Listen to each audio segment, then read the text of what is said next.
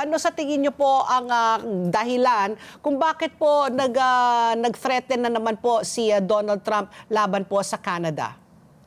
Actually, yung action na yun ni Donald Trump bilang reaction doon sa statement ni Prime Minister Carney doon sa Davos, ay tama yun. Nag-agree ako sa sinasabi ni Prime Minister na yun ay rupture of the world order, hindi transition. Rupture of the world.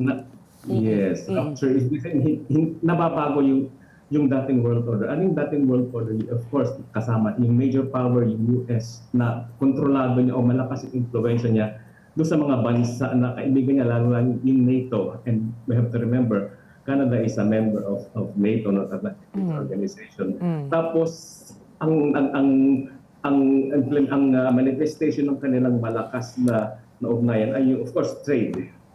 Tapos bigla mong babaguhin. At ang nakikita nga natin, pinapatawa niya sa kabi-kabilang tariff yung mga NATO countries na siyang pangunahing kakampi niya, siyang pangunahing supporter niya. Tapos bigla mong babaguhin. Yung trading it's not really the trading practices, it's not really the trading kundi yung political connections ng bawat. So bigla mong in-antagonize yung mga pangunahin mong kaalyansa.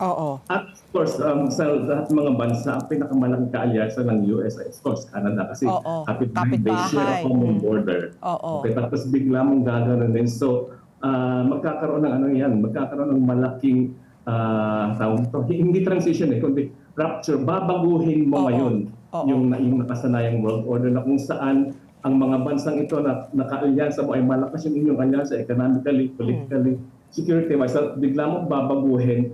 At kaya itong Canada ngayon ay biglang nakipag-deal sa China na alam naman natin na pinakamalaking adversary ng US. So, mababago talaga yung order.